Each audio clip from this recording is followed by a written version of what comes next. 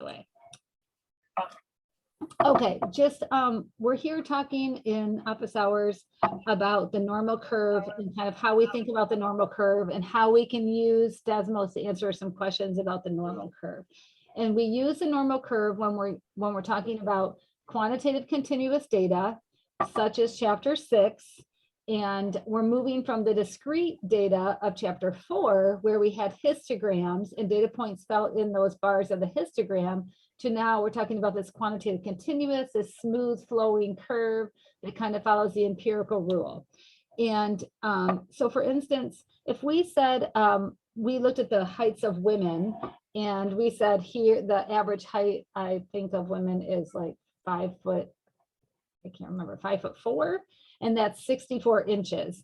I'm shorter than that. So my Z-score would be negative because I'm underneath the mean, right? But I'm not a full standard deviation short. I'm just partly of a standard deviation short. And so I wondered, like, well, what percentage of women are shorter than me? And so if I did the normal curve, I could use the empirical rule to find like the markers that we know hold true and follow the empirical rule, like the 1 standard deviation, 2 standard deviations, and 3, and those hold true with the 34%. If we go to our, if we just bring up our modules here, let me go here. Oopsie.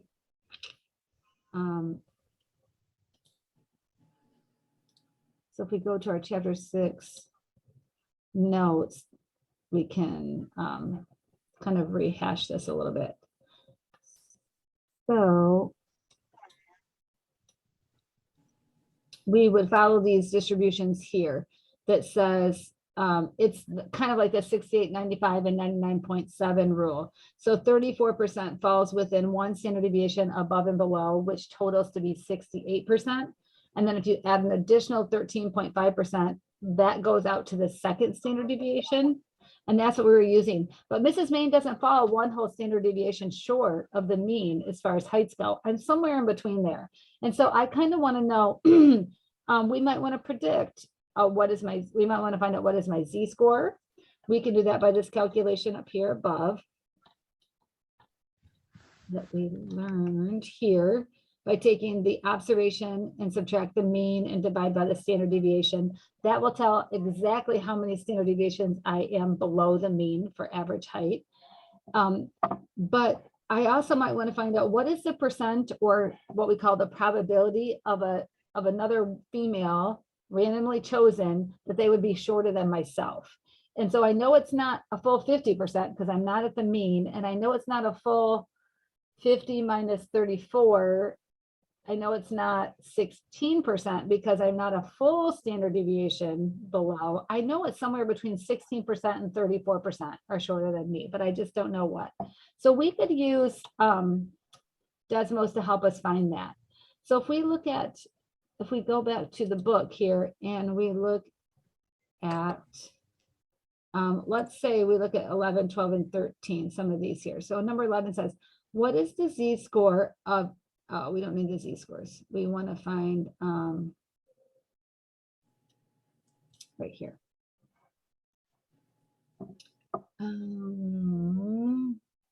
Those are solving parts of Z-scores.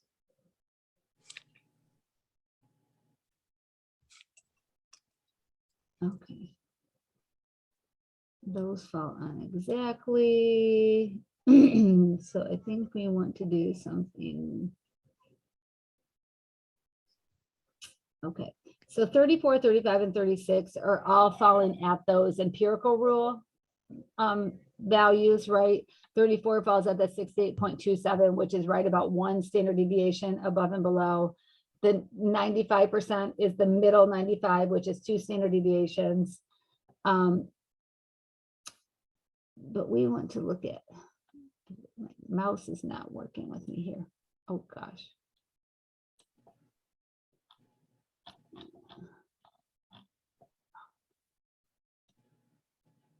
Now it's moving too fast. Sorry, ladies. Okay.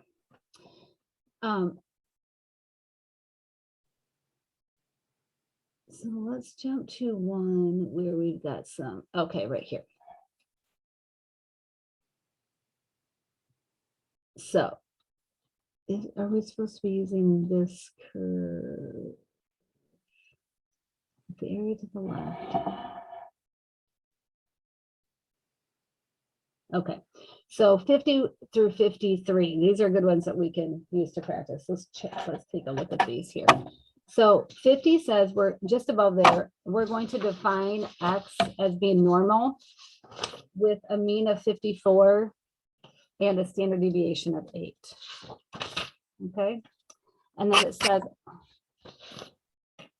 find, 50 says find the probability that X is greater than 56. 51 is saying find the probability that X is less than 30. And then 52 and 53 are some percentiles. So let me just jot these down and I will share my screen. And you should do that as well so that you can follow along. So the mean is 54, the standard deviation is 8. And so number 50 says find the probability that X is greater than 56.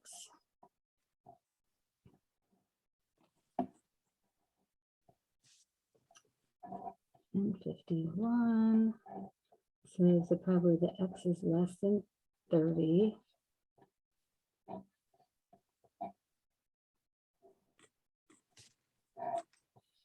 And then 52 is the percent, the 80th percentile. Okay, that'll get us going. Everybody has those down with the book? Okay, so I'm going to share my paper so you can see how we would write these. So these are the expectations for the assignment and also for the pre-due and the exam. So when they're asking for a probability, I want it written like this. So they're saying the probability that X is greater than 56. So you should let me know that you're talking about a probability with the P. And the markings that I expect you to do is kind of maybe give me where the center is. So we know the center is at 54. You don't need to do all the imperial markings. The only thing I want you to mark other than the center is that 56. So 56 is to the right of 54 because we treat this kind of like a number line, right? So 56 is going to be down here, and greater than means that I'm going to shade to the right. So that's my expectation for shading. And I want to set this up in Desmos so that it also will duplicate my shading, what I'm suspecting should be, okay? And so I'm going to go in because I know my variable is normally distributed with mean at 54 and standard deviation at 8. I can go ahead and put this into Desmos and it will help us find this. So while I'm at it, let's draw the one for 51 as well, and then we can go to Desmos. So this one is a less than 30. So again, I'm going to draw my center at 54. This time 30 is going to be quite a bit lower than 54, right? And I want to find out what is the probability of getting an X that is less than 30. So I'm over here. Somebody okay with that?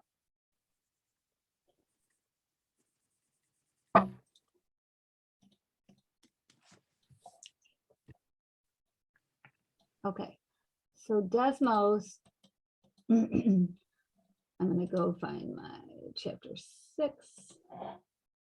Okay, so my chapter 6, I'm going to turn this one off. I'm going to go ahead and put in my parameters meaning my mean and my standard deviation. And my parameters are 54 and 8.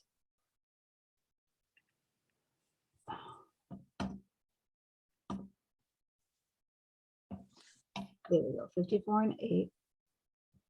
And I want to do a greater than 56. So 56 is my minimum. So 56 is my minimum. And then I'm going to just go and highlight my max and delete it. And then when I hit enter, it will know that, oops. It will know that I'm doing a positive infinity. Do you see that, how I did that there? And then I am going to go ahead, make this smaller here for just a minute for us. Okay. And then, whoopsie, and then I'm gonna go ahead and hit my magnifying glass, so it will readjust my scaling so that I can see the picture. And you see where it does mirror what we drew on our paper for number 50. And everybody you should be trying this on your own if you can while I'm doing it. Otherwise, it's good to engage and try to make sure you've tried it and go, okay, I did it and it's not working. Because otherwise, if you don't do it now, then you do it later and then you discover you're not sure how to get it. So it looks like the probability of getting an X value bigger than 56 when we have these parameters is 40%. So 0.4013. So approximately 40.13%. Any questions on that one?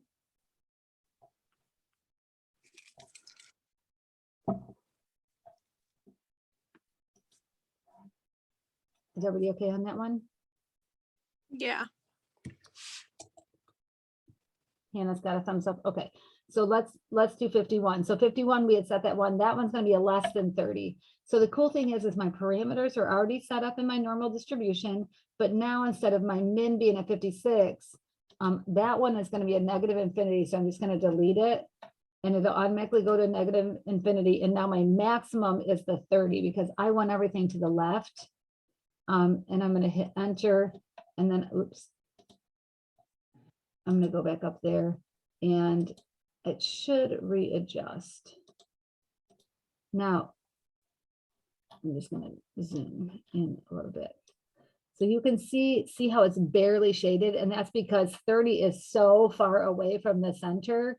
And you can see the probability is 0.0013. So it's only 0.13% likely. It's very unlikely that this would happen. So 0.0013 or 0.13%. Not likely at all. Okay, so let's look at the next two so we can kind of see the opposing situation. So 52 and 53 were asking for us to find percentiles. So percentiles mean that they have given us the area or the percentage or probability, however we want to talk about that. I'm going to do these together on this bottom down here. They want the 80th percentile. So that means I don't know my X values. Like before I knew my X values, right? I knew my horizontal axis. I don't know that this time. I know percentile. I know that I want the 80th. That means if 50% of my data is to the left of the center, I know my 80th percentile is over here to the right somewhere. And 80th percentile means that 80% of my data is at or below this X value. So this is 0.8. All of that space I shaded is 0.8. And notice down here, I'm marking, I want to find this. This is my question. I want to find this X value where 80% of my data is below here. So I'm going to write it just like I did in 50 and 51, except for this time, the missing piece is the probability that X is less than, that's my question mark, right? What is my X less than where 80% of my data is below there?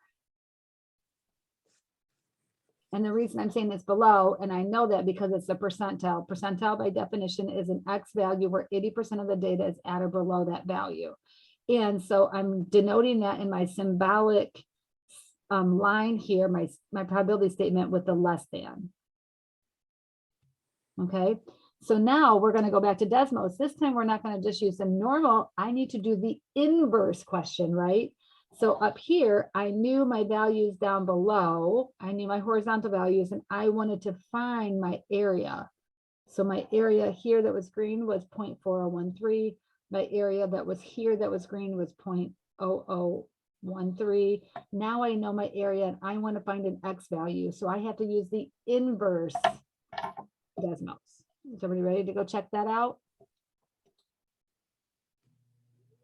Okay, so let's go back and check that out. So I'm going to turn off my graph for that one. And the inverse does not give you a graph. So you can, after we do it, we can go back and do it the other direction and make sure the graph does match what we're looking for. So we're doing the inverse, and I have to put in my parameters, so 54 and 8. And this time I'm changing this, I want 80% of my data, so 0.8. So it's saying I would have to have an X value of 60.73 for 80% of my data to be below this X value.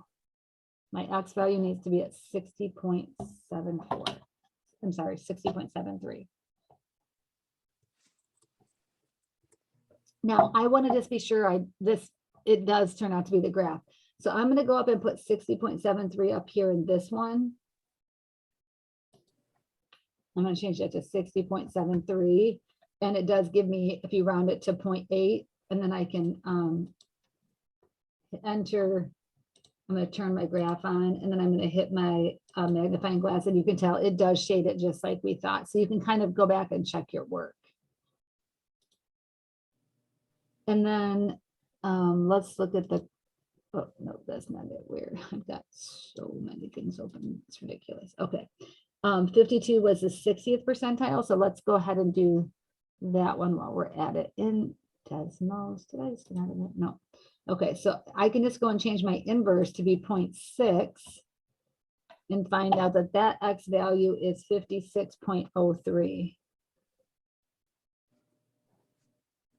And I'll show you my paper here in a minute. I'm just going to draw my graph.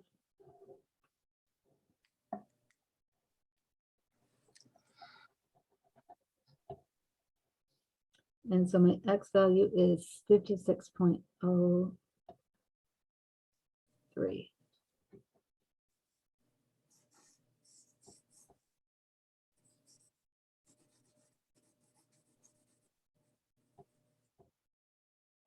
Okay. And I can check that again by going up to my normal and just typing in my maximum value at 56.03. And there it is at 0.6. And you can see that it's shaded exactly like we thought. So I'm going to go and show you my paper so that you can see that.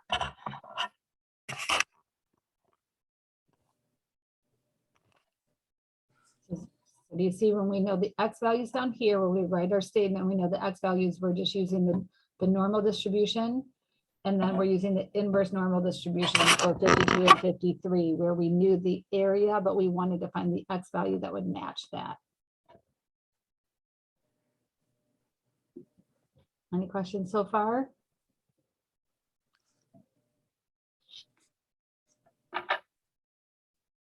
So that's going to help us directly with number 16 on the pre-do. We'll go to that in just a moment. I just want to make sure. I can't see you ladies, but does that help on that one? Give some. Yeah. Okay. Hannah, what about you? Yes.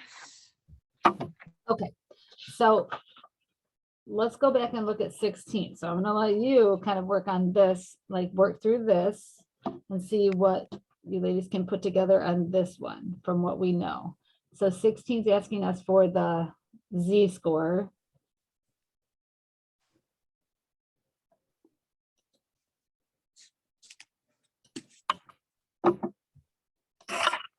Need help with that.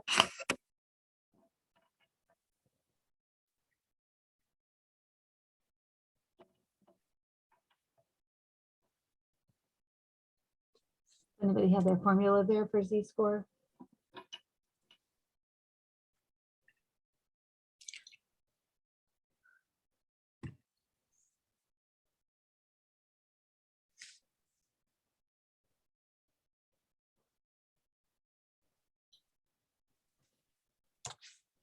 From the chapter 6 notes.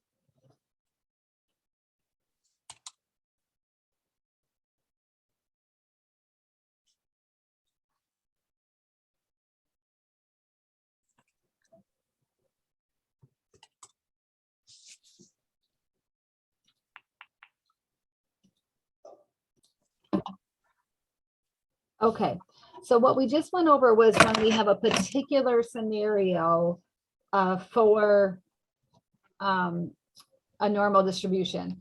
But now I just want to look at, let's say I'm trying to find some things about the nursing school and I just want to look at what Z-scores, what percentage of people are above a certain Z-score that I want to do some markers of who I want to allow into my program and such. So we're going to look at the normal curve and we're going to just jot down some things that we know that's true about the normal distribution.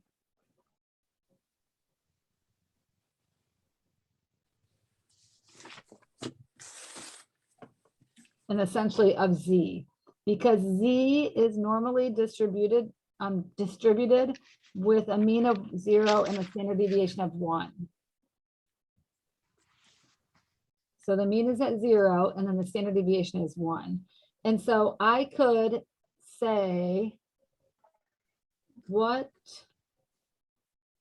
percent of students score above a Z-score of 1.77.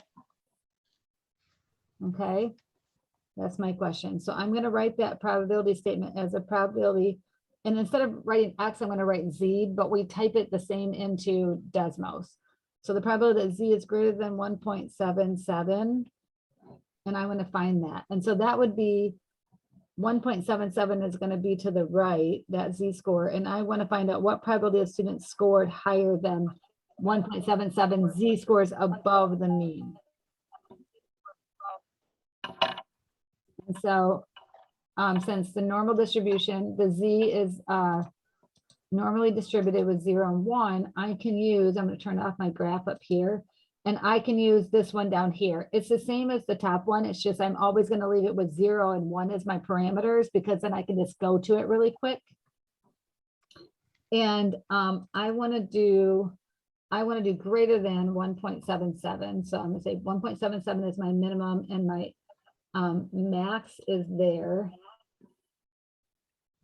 Oops, I got to turn my graph back on. Okay, so I turned my graph back on and I did my magnifying glass, and there it is. And that's what we shaded as well. And so it looks like about 3.8% of students score higher than 1.77 standard deviations above 0.0383. Okay, so what if I said, I want to know, let me make sure you girls got that piece. Are you okay with that one? Yes. Yeah. So let's see here. Okay, so let's say I say, what Z-score is associated with the top 5% of students. Let's say we're talking about. So let's say we've talked in class that the SAT scores net is normally distributed. So we know it follows this curve, right? And so I'm saying what Z scores. So I'm saying Z, and it's saying top 5%. So I know it's greater than, and I want to find the Z score, and I want it to be the top 5%, so 0.05. So I'm looking at this where the top 5% falls over here, right? And so also we note this on the pre-due on the exam. I also note this like this with a subscript here of 0.05, and in later lessons in chapter 8, 9, and 10, when we start talking about confidence intervals and hypothesis tests, that's going to note alpha, which will be our significance level later, but we're going to note it as alpha. So when I do a subscript of 0.05, I'm always saying the area to the right. So that is what I'm doing here is the top 5%, which is area to the right. So we'll do a -1 here in a minute. So let's go and put that one into Desmos. So that one is going to be an inverse, and I'm going to do an inverse one that's separate for the normal curve. So it's always set up with 0 and 1. So I can kind of cheat. So the top 5%. Oh, no, and remember, I learned lessons. So the top 5% means that 95%, right, is, so you could always just do 1 minus 0.05 if you wanted, or you could just do 0.95. It's always area to the left goes in for the inverse norm because it's a cumulative function. So, and a z-score of 1.645. And this is going to be a z-score we're going to use a lot this semester because 5% is a typical alpha that we're going to use quite a bit. Okay, so that's when we have 5% to the right, we have 95% to the left. Now, let's go and do one. Let's do one where we have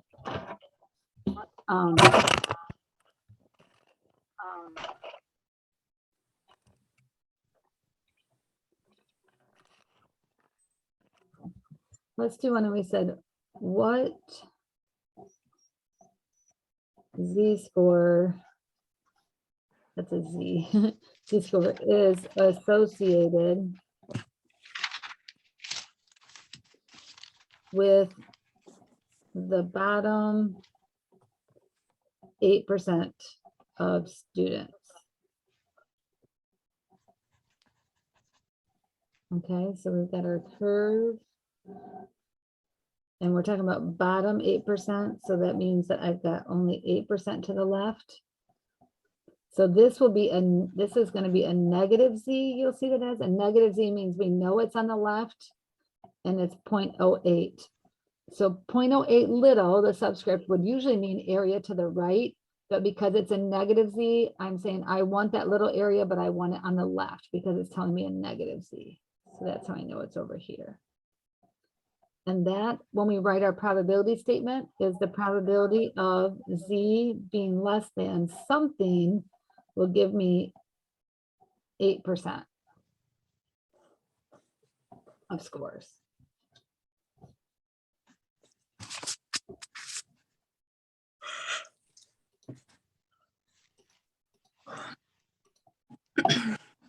And so this time in my inverse normal, I can just go up here and put 0.08. So it's a negative z-score. So negative z of 0.08 is equal to a negative 1.405.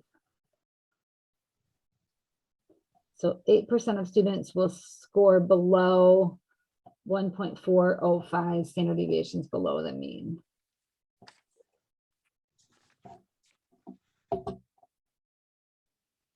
Show you here. That's what it would look like.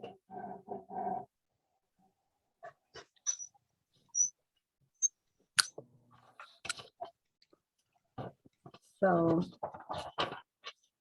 for instance, on number 15, so on B, this is a subscript. So we want to know the z-score that is, and it's a positive z-score, so we know it's to the right. And we want to know the z-score that is associated with 0.077 area or 7.7%. So we're going to remember on number 15 that the z-score is normally distributed with a mean of 0 and a standard deviation of 1.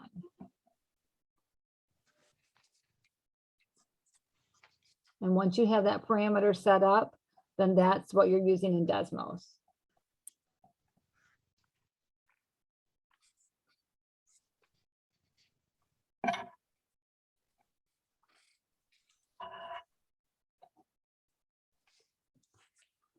Any questions so far? Any other questions on the pre-do that you wanted to ask?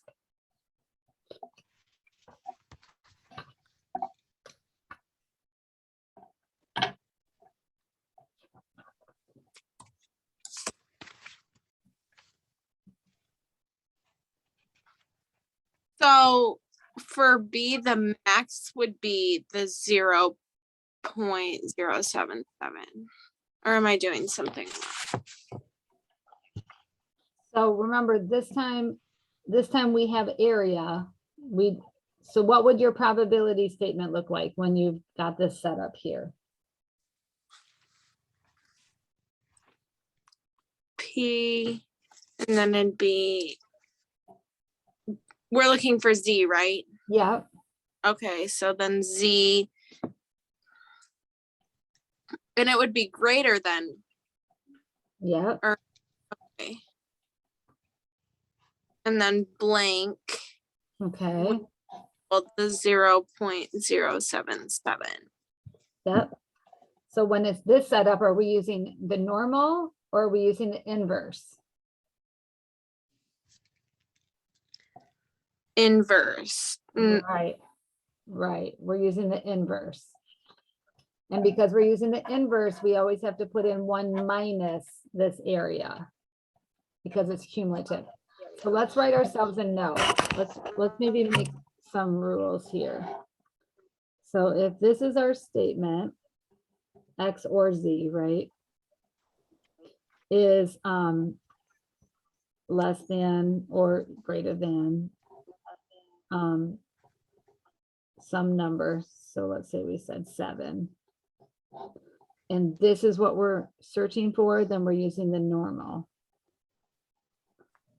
In Desmos. Okay, that one's a little more explanatory. When we have probably the X or Z is less than, and we're missing this equal to, let's say, 0.2 in Desmos, right? And then this is what we're missing. Because it's a less than, let's just write this, because less than, we use 0.2 because we want 20% here, right? So we use the 0.2 because it's cumulative, it's less than. But if we want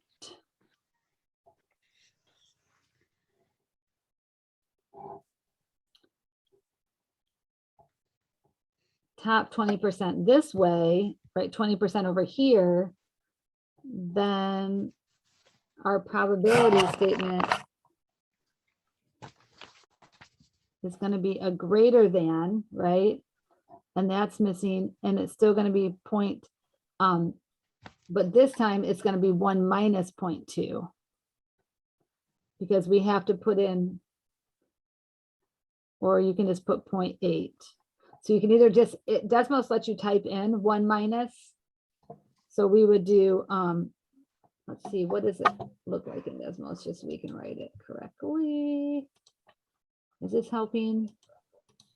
Yeah, Say- I'm not logged. Okay, perfect. I was gonna say I'm not logged in to my So it's Desmos. So gonna be inverse CDF of, and then I'm gonna write normal dist 0, 1, comma 1 minus 0.2.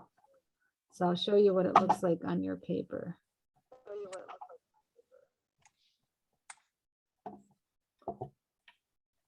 So for instance, the one I just drew on the paper, you could actually type right in here in Desmos 1 minus 0.2 and it will do it right. So it's 0.8416, or you could type 0.8 and it'll be 0.8416. So the key is that you need to know, are you looking for the bottom 20%? If you're looking for a less than, a bottom something, then you're using that, because that's how inverse reads it in Desmos, is the bottom. If you're looking for an area to the right, then you have to type in 1 minus that area.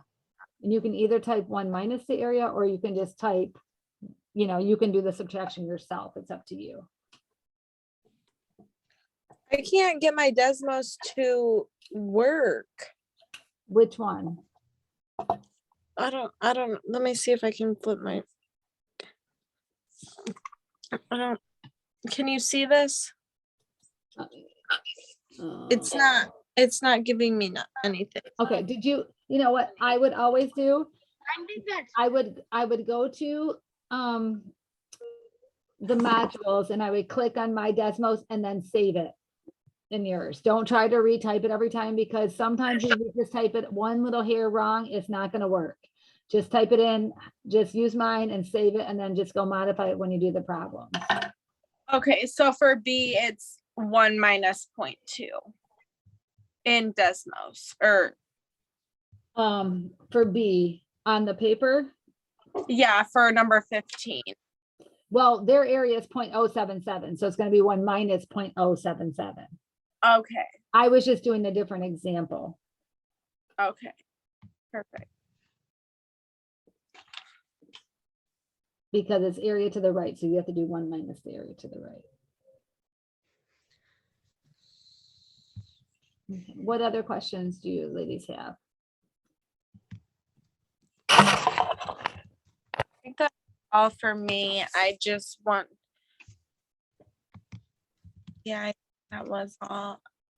Besides number A, I don't understand why there's so many different things in the parentheses. Am I do On number A, for number 15A? uh-huh.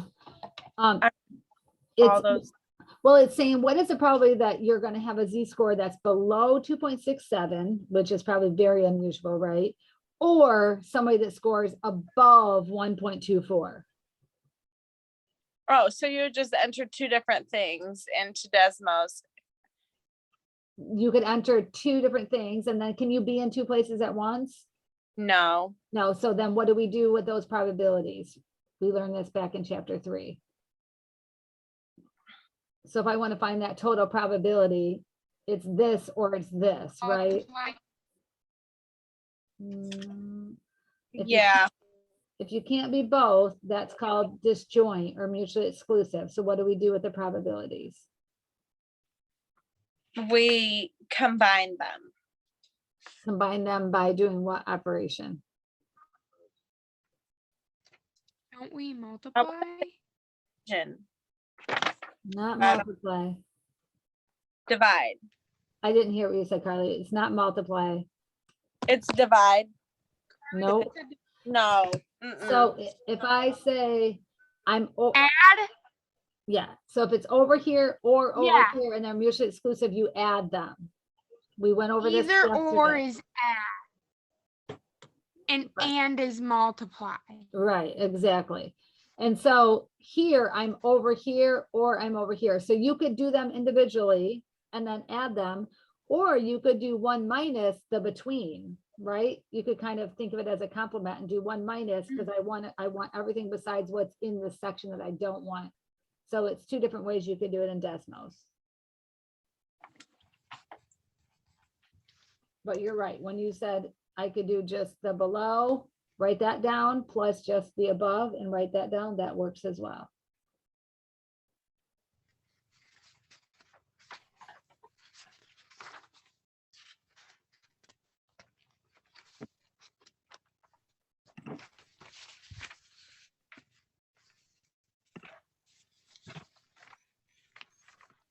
Uh,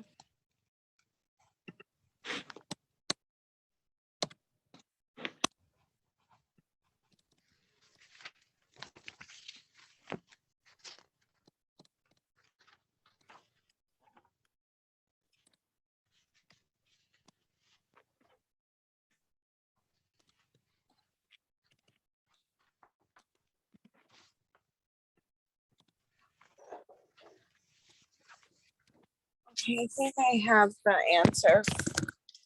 I think I might know what I'm doing now. Okay. That's all right. It's a lot to learn. It is. It's not easy stuff, but you guys are doing great. And you'll get better at it because we're going to be talking about these Z-scores and finding this stuff for the rest of the semester. We're going to kind of keep building on it. So this is kind of our first initial. So I'm not going to have a bunch of these on the exam. I only have one page with a few of them on the pre-due. Remember last time the exam should have looked fairly similar to the pre-due as far as the setup and the amount of things that were on there. Yes. Can you tell me if I got B right before I go? Sure, just one minute. I'm gonna go, but Okay, bye, dear. bye so much. You're welcome, hon. So on number 10 on the pre-due, so if you look at both of these scenarios, they're saying if I do project A for this toaster project, I stand to make a possibility of $500,000, right? There's three possibilities that could happen Yep. on this project. I can make $500,000, I can make $100,000, or I could end up losing 250,000. But the most likely thing to happen for toaster A is 65% probability, and that's the making 100,000, right? Okay, yep. Toaster B, the most I could make is 450,000, but it has a little bit more likelihood than toaster A's 500,000, a little bit more. And then I'm only gonna Yeah. possibly lose 180,000 for toaster B. So what is an optimist? What do you think that they're looking at? Usually I would say that they're looking at the best case scenario. So what's the best case scenario what do you think that they're probably looking at, the optimist? I think they're gonna choose toaster B.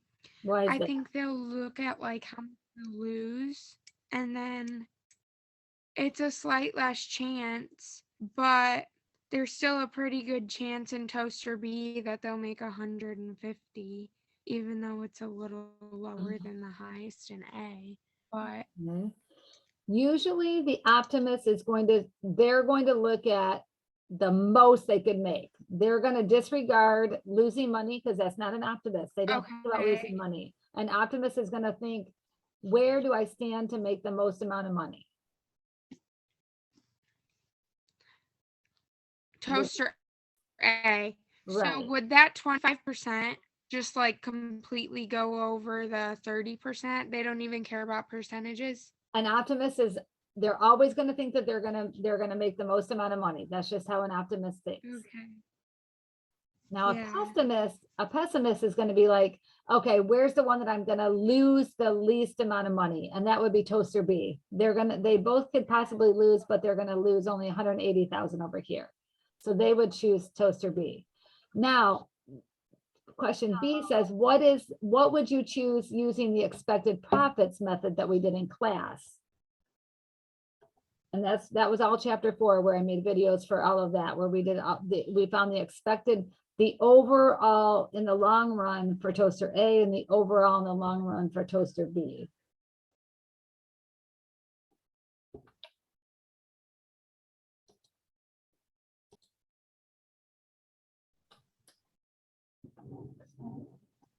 Over here. So how did you get that? I'll just double check your work. Okay. So how did you get that? That probably means long. Okay, so I took the probability cut by the projected profit, and then I added those together. So like I took 500,000 times 0.25, and then 100,000 times 0.65, and I added those two together. And from those I got 190,000. Mhm. And then Yep, so you ended up with 165. You said Yeah. Okay, I would agree with that. Okay. And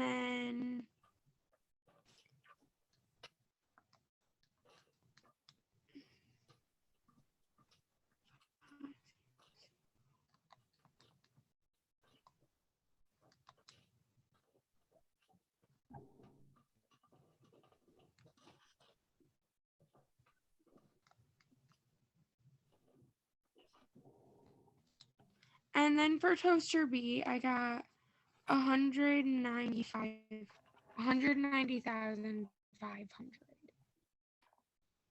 195, what?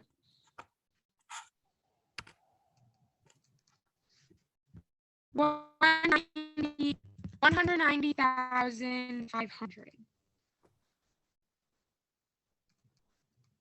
That sounds about right. Let me.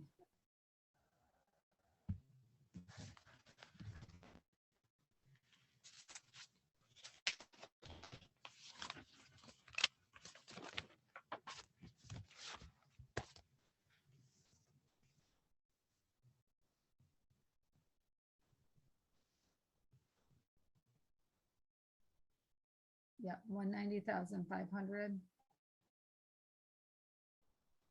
Yeah. Yep. I would agree with that. So then that would make my, What? now I think B is toaster B. After Yeah, doing Toaster B overall, Toaster B is your best deal. that. Okay. I would agree.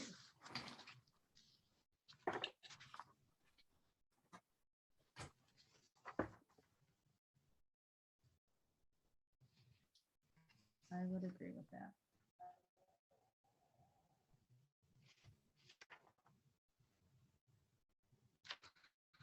I think that was all I had. A lot of the questions I had, Carly had too. So Pardon me. a lot of the questions Carly had, I had too. So that was really all I had. Okay.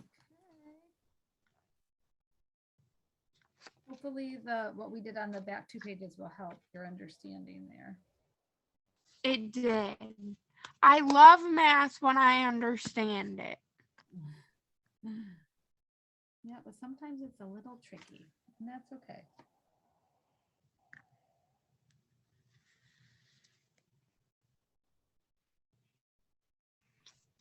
So good. Well, where do you work at All again? right. Where do I work? Yeah, you said you work before class. Oh, I did say that. I work at Big B. That probably makes sense why I always smell like coffee. If you ever Oh. smell coffee in your class, it's because of me. I didn't notice that. That would make sense. I work at Schoolcraft one mainly, but I also like sometimes work at some of the Kalamazoo and Portage ones because the owner owns like all of them around here. So she- I work at any store she needs help at. Oh, the owner owns the Yeah. one in Three Rivers, you said, and? The Three Rivers one, she doesn't. Oh, But she when you owns like worked Schoolcraft, all the Oh. ones in Kalamazoo and Portage. I And then see. she owns a couple in Kentucky too. She owns some in Kentucky? I know. Oh, that's cool. Yeah. Very cool. Okay, well. Is it okay that I come in and take my exam at normal class?